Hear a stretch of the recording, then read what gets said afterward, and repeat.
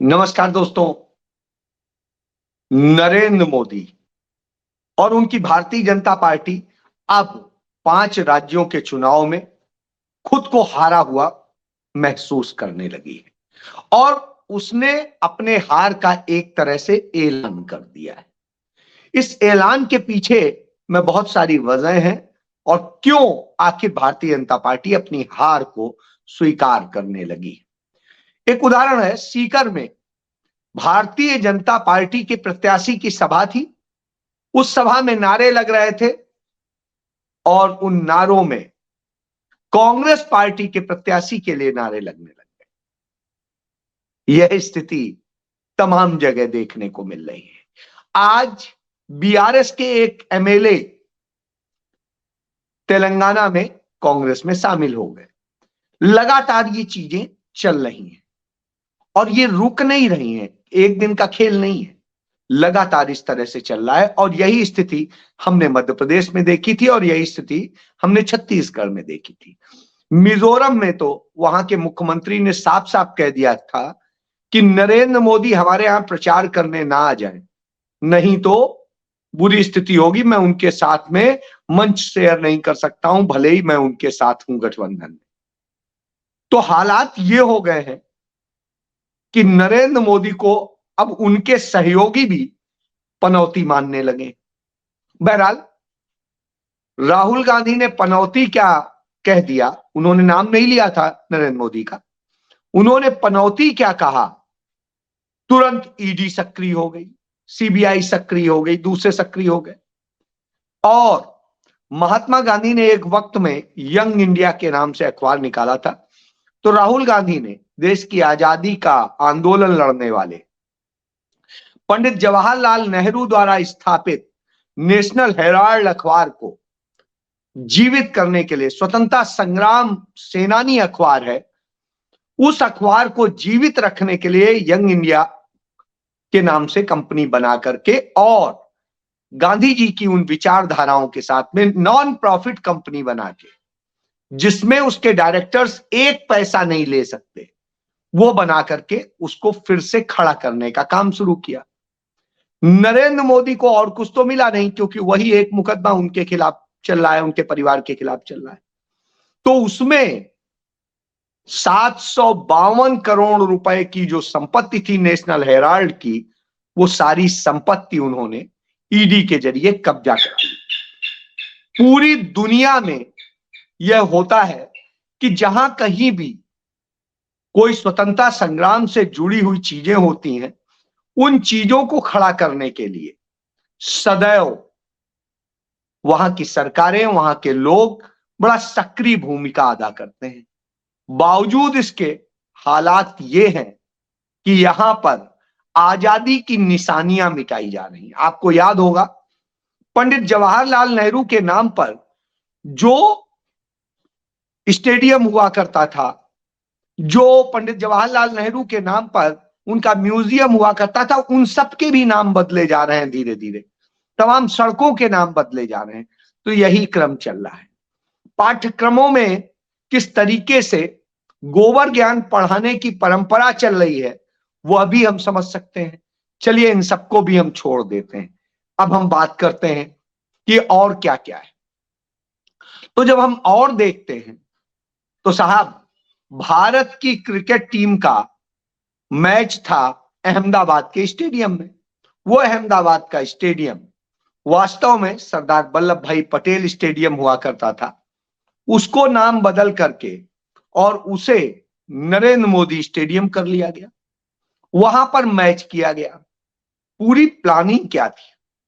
राजस्थान में हर जिले में, हर जगह होर्डिंग बनवाए जा चुके थे। भारतीय जनता पार्टी के पास में पैसे की तो कमी है नहीं। उनका था कि कैसे हम जीतने के बाद में यहां आएंगे, पूरी टीम लेके आएंगे, उसका पूरा रोड मार्च निकालेंगे और नरेंद्र मोदी के साथ में उनका बावर्दी दुरुस्त, मतलब टीम इंडिया की ड्रेस में कप लिए हुए का फोटो के साथ के होर्डिंग बन चुके थे। और उसके साथ में पूरे देश में हम वो बेचेंगे और उस पर चुनाव लड़ेंगे। लेकिन शायद भगवान को भी अब मंजूर नहीं है कि आप अब इस तरह से बेचिए ही सब कुछ, क्योंकि आपने कभी राम का नाम बेचा, कभी शिव का नाम बेचा, कभी कृष्ण का नाम बेचा, तो अब आप ये नाम बेच रहे हो। तो ऐसी स्थिति में जो इनकी पूरी प्लानिंग थी, जिस तरीके से टीम इंडिया का इस्तेमाल किया जाना था, उसके लिए पूरी तैयारी थी। बहरहाल इस हार ने पूरा खेल बदल दिया। लोग तो ये कहते हैं कि सारा मैच सट्टेबाजों ने फिक्स किया था। चलिए, यदि यही जोर लगा लिया होता महिला हॉकी टीम पे तो शायद वो इनाम मिल जाता। महिला हॉकी टीम ने ऑस्ट्रेलिया को हरा करके खिताब अपने नाम किया। बहरहाल यहां पर क्या होता है, यहां पर जो पनौती शब्द है वो इस्तेमाल होने लगता है, क्योंकि उसी पनौती के बूते किस तरीके से चीजें करी गई, कैसे किया गया, वो हम सबके सामने। एक पूरी साजिश रची गई थी राहुल गांधी का चरित्र हनन करने की, और यह साजिश पिछले 1.5 दशक से चल रही थी। इस बात का खुलासा करने वाले और किस तरह से अन्ना आंदोलन से लेकर सब चीजों का खुलासा करने वाले दयानंद मिश्रा ने जब एक किताब लिखी और उसमें तमाम सबूतों के साथ में लिखा, तो साहब अंबानी के चैनल में वो नौकरी करते थे। अंबानीज ने उन्हें नौकरी से निकलवा दिया, यह कह के कि या तो ये किताब रहेगी या आपकी नौकरी रहेगी। उन्होंने कहा साहब मुझे किताब मंजूर है, नौकरी मंजूर नहीं। ये स्थितियां बार बार होती हैं। कमोबेश इसी तरह की स्थितियां मेरे साथ हुई थी।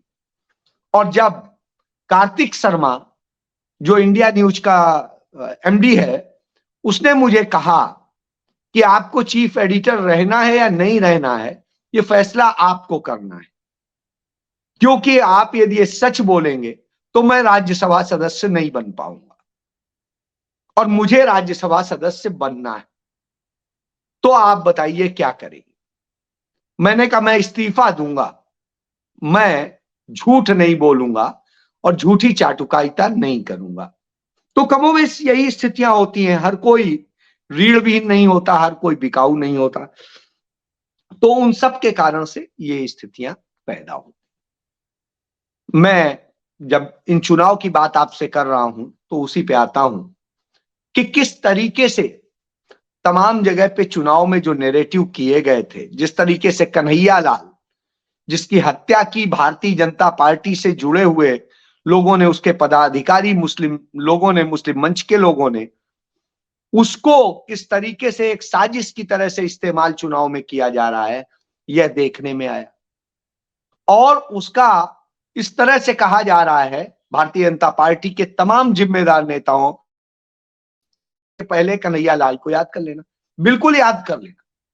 उस कन्हैया लाल के मुलजिमों को 10 घंटे के भीतर गहलोत सरकार ने गिरफ्तार किया था। उसके दोनों बच्चों को नौकरी गहलोत सरकार ने दी और उसको इंसाफ दिलाने के लिए, कंपनसेशन देने के लिए कांग्रेस की गहलोत सरकार ने ही उस पर भी की। तो यह होता है। लेकिन आपने क्या किया? आपने सत्ता के लिए पुलवामा कराया, आपने इसके अलावा तमाम सर्जिकल स्ट्राइक के और दूसरे ड्रामे किए, और वो सारे ड्रामे अब जनता के सामने आ चुके हैं। उनमें सब में पता चल चुका कि आपने किस तरीके से झूठ बोला, किस तरीके से बेचा, सेना को बेचा, और सारी चीजें आप बेच रहे हैं। अभी भी आप कमोबेश उसी तरीके से कर रहे हैं। अब आप तमाम तरीके से सरकारी मशीनरी का इस्तेमाल कर रहे हैं, तमाम लोगों को, सरकारी लोगों को प्रचार के अभियान में लगा चुके हैं, क्योंकि आपको खतरा लग रहा है। यदि ये 5 राज्यों के चुनाव आप हारते हैं तो आपका लोकसभा चुनाव हारना तय। इसलिए आप इस तरह की साजिशें रच रहे हैं। अब आता है कि आखिर ये साजिशें कैसे रची जा रही। ये साजिशें ऐसे रची जा रही हैं कि सांप्रदायिकता का जहर बोया जा रहा है, उसके तमाम किस्से बनाए जा रहे हैं, झूठ परोसा जा रहा है, और तमाम सारे मंदिर और दूसरे नामों से किस तरीके से चीजों के पंपलेट बांटे जा रहे हैं। इसके बाद में यह भी पता चला आपके यहां अडानी अंबानी जैसे आपके जो पूंजीपति हैं उनके जरिए किस तरीके से पैसे के भी बांटने का काम चल रहा है, क्योंकि सबको पता है यदि सरकार बदली तो साहब इनके हाथ से भी बहुत कुछ छीनेगा और वो गरीबों के हाथ आएगा, क्योंकि राहुल गांधी कहते हैं कि वो इन सब का पैसा निकाल करके वापस गरीबों को जो उसके हकदार हैं उनको दिया जाएगा। तो यह सब आपके लिए चिंताजनक हो गया है।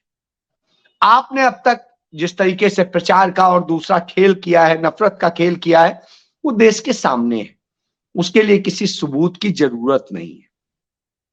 तो जब ये हालात हों तो निश्चित रूप से यह बनता है कि आप आखिर कैसे चुनाव जीतने का खेल कर रहे हैं, क्योंकि राजस्थान में सदैव सत्ता चेंज होती रही है, लेकिन ये पहली दफा है कि वहां ऐसा मुकाबला है कि लोग कह रहे हैं अब रवायत जो है पुरानी वो बदलने जा रही।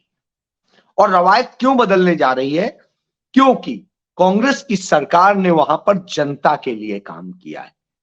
आपने केंद्र की सरकार में रहते हुए 9.5 साल में पूंजीपतियों के लिए काम किया, कुछ और खास लोगों के लिए काम किया, यही वजह है। और भ्रष्टाचार की बात करें तो जो भ्रष्टाचार आपकी सरकार में हुए वो भारत के इतिहास में कभी नहीं हुए। ये सारी चीजें सामने आ चुकी हैं और उनके आने से आपको घबराहट, इसलिए आप जहर भी बो रहे हैं और आप कांग्रेस के नेताओं को लड़ाना चाहते हैं। लेकिन ये ऐसा मौका है कि जब कांग्रेस के नेता जो कभी एक दूसरे से बहस भी करते थे, लड़ते थे, तमाम चीजें थी, वो एक होके खड़े हो गए और उन्होंने कह दिया है हमारे घर की लड़ाई हम निपट लेंगे, आप अपनी लड़ाई देखिए, हमारा भविष्य तो कांग्रेस में ही सुरक्षित है। यही वजह है कि कांग्रेस कॉन्फिडेंस से भर गई है और भारतीय जनता पार्टी में बिलबिलाहट, घबराहट, और इसीलिए उसे अब जनता भी पनौती कहने लगी है और यह पनौती अब देश की पनौती कहलाने लगी है और यही अब पूरी दुनिया में ट्रेंड हो रहा है। तो पनौती इस देश का भला करेगी या देश की सरकार बनाएगी, या सरकार आपकी बनेगी यानी जनता की बनेगी, और जनता की सरकार बनाने के लिए इस देश की जनता अब लड़ रही है, कांग्रेस नहीं लड़ रही। तो जो ये लड़ाई है वो राहुल गांधी की अगुवाई में हो चुकी है और राहुल गांधी आज राष्ट्रीय हीरो की तरह से, क्योंकि वो आपके ईडी से नहीं डरते, वो सीबीआई से नहीं डरते, वो इनकम टैक्स से नहीं डरते, वो आपके जेल से नहीं डरते, आपकी जो कंगारू अदालतें हैं उनसे नहीं डरते, और उनको आपने जो करना था वो आप कर रहे हैं उनके खिलाफ, लेकिन उन पर असर नहीं पड़ रहा है क्योंकि वो बिकाऊ नेता नहीं है। यही बात सुप्रिया सुले ने कही। उन्होंने कहा कि राहुल गांधी जैसा बहादुर, ईमानदार और सच्चा नेता, समर्पित नेता कोई और अब देश में नहीं। तो यह बात वो भी कहते हैं और यही बात शिवसेना के संजय राउत भी कहते हैं। तो अब पूरा देश यह मानने लगा है कि राहुल गांधी ही इस देश के लिए विकल्प है, शेष सारे लोग पनौती ही है।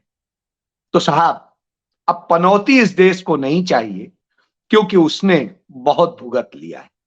इसलिए अब राजस्थान में, तेलंगाना में और बाकी राज्यों में कांग्रेस आ रही है। यही डर भाजपाइयों में समा चुका है और इसके कारण से उनकी बिलबिलाहट, उनका गुस्सा, उनकी गालियां निकल रही हैं।